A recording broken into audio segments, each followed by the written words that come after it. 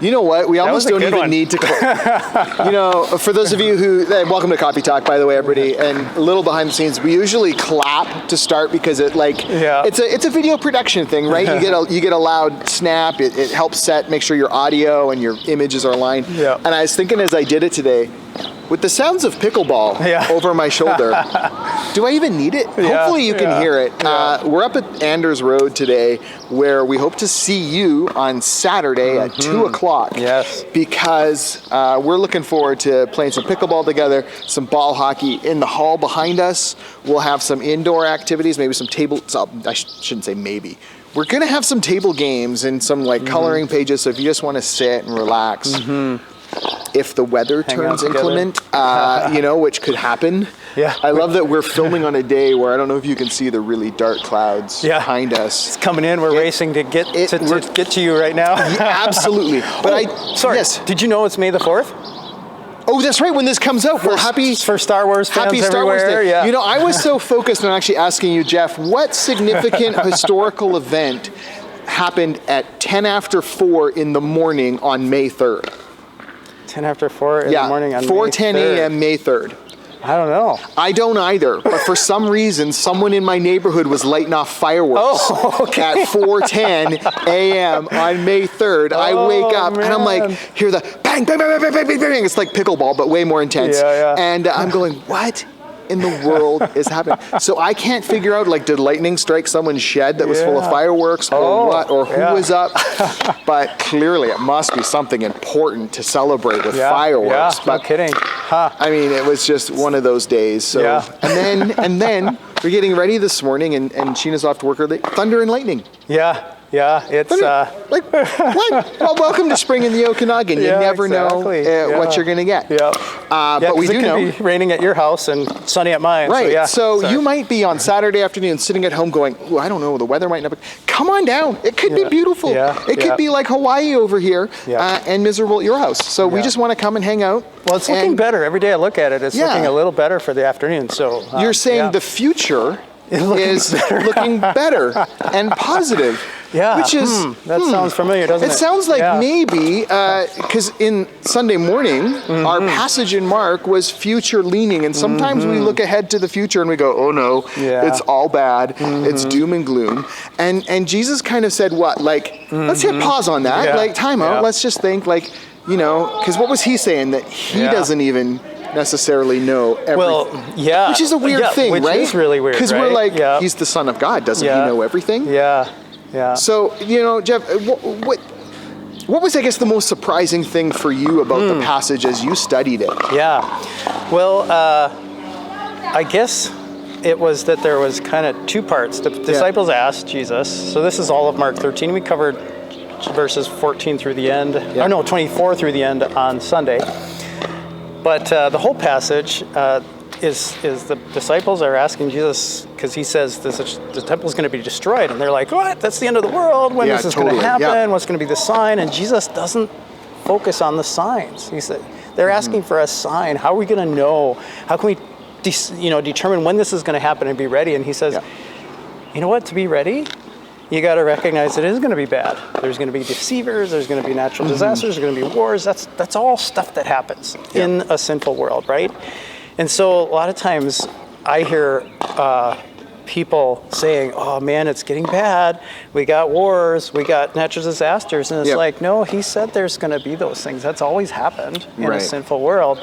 That's not signs, that's normal stuff. He said the sign, he gave one sign, it's the abomination that causes desolation. And this was a person, and there's been, we know that the destruction of the temple happened in AD 70. Yes. I'm sorry, I'm going way into this, but we got to kind of understand it. So the temple was destroyed in AD 70, and so we can look back and say, okay, so what was the sign? Well, there was a man that came into the temple at one point. That could have been the abomination.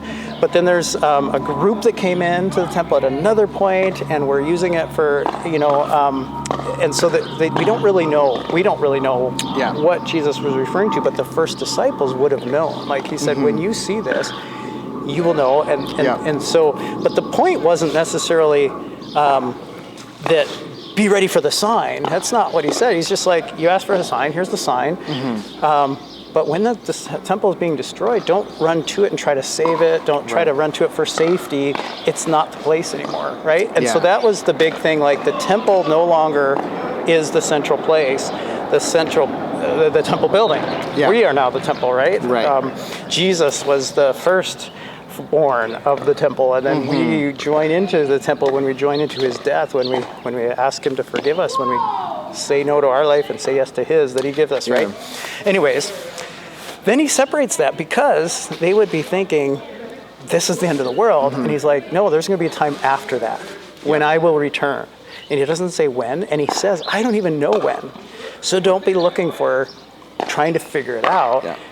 To tell the gospel, be ready for people to deceive you, and the people are going to try to say, I'm the son of, no, he's going to come on the clouds. You're going to know it. All of creation will be, you're not going to miss it. So be ready. Well, and I think that's everyone's biggest fear, right? Yeah. Is something big is going to happen. It's going to be the most important thing. And are we going to miss it? And we don't want to miss it. And so I understand that fear. I can sympathize with that. But that's not the point, right? And I think that's what, I often think, how many little really significant things could we be missing today because we're so looking ahead? And trying we to fail figure to it out. be in the moment, right? Well, like we're all playing detective. Exactly. Like, we got to solve this puzzle. And I think what Jesus is kind of saying is, no, you don't. You don't have to solve the puzzle. Exactly. Right? The puzzle is... I've got it. Right, he's got it. And do we trust God enough to have it? So live now. Yes. Doing the work he said to be about. Because that's how you're ready. You're not ready by looking, watching out the door and not doing your task. Your task is spread the gospel. How do we spread the gospel? By blessing others, by loving others, by inviting them into the kingdom. Well, I was going to say, like, it leads me to think about the preparation parables, right? Of the people at the, waiting for the bridegroom to show up, right? And so our job right now is just make sure we got oil, right? Or, make sure that we are attentive to our neighbor who, it's one thing I think for us to be like, okay, I want to make sure I don't miss it. But are we aware that there's lots of people around us who might? Exactly. Right? And so that's, I guess, the question is. And I can't help but wonder if he's going to have some stern words for us if we were so worried about making sure we were, that we forget about those around us. Exactly, because what is the gospel? It's die to yourself. Give your life, for and live my life. And what was he about? He was always giving his life, right? So that's I think that's one of the most important things about that passage is,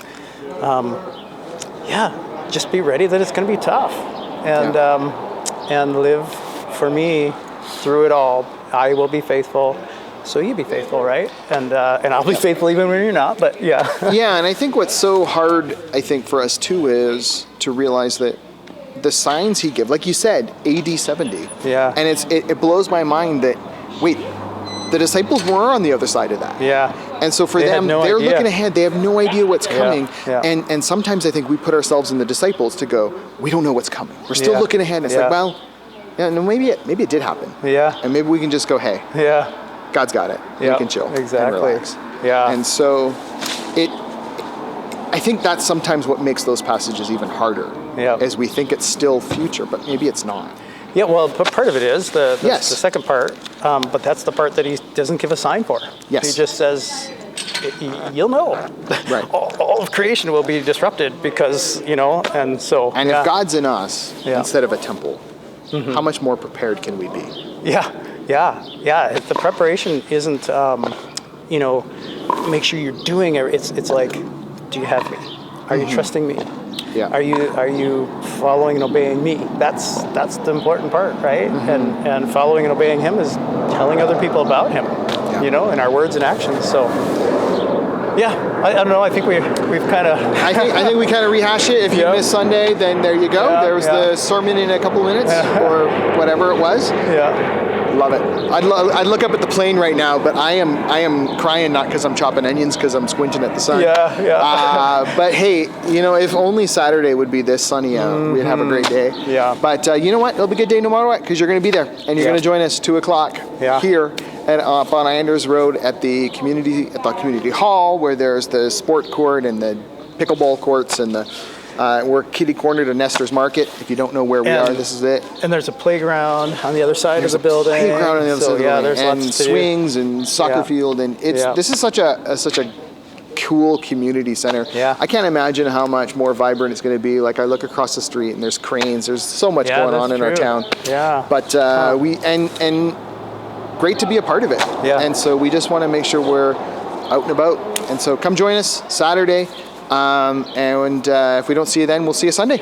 And it's Communion Sunday, so yes, we'll be doing that Sunday morning. So celebrating again the body broken for us, blood shed. We'll talk a little bit about that. But yeah, anyways, absolutely. We'll leave the rest for you to come. Very good. We'll see you soon.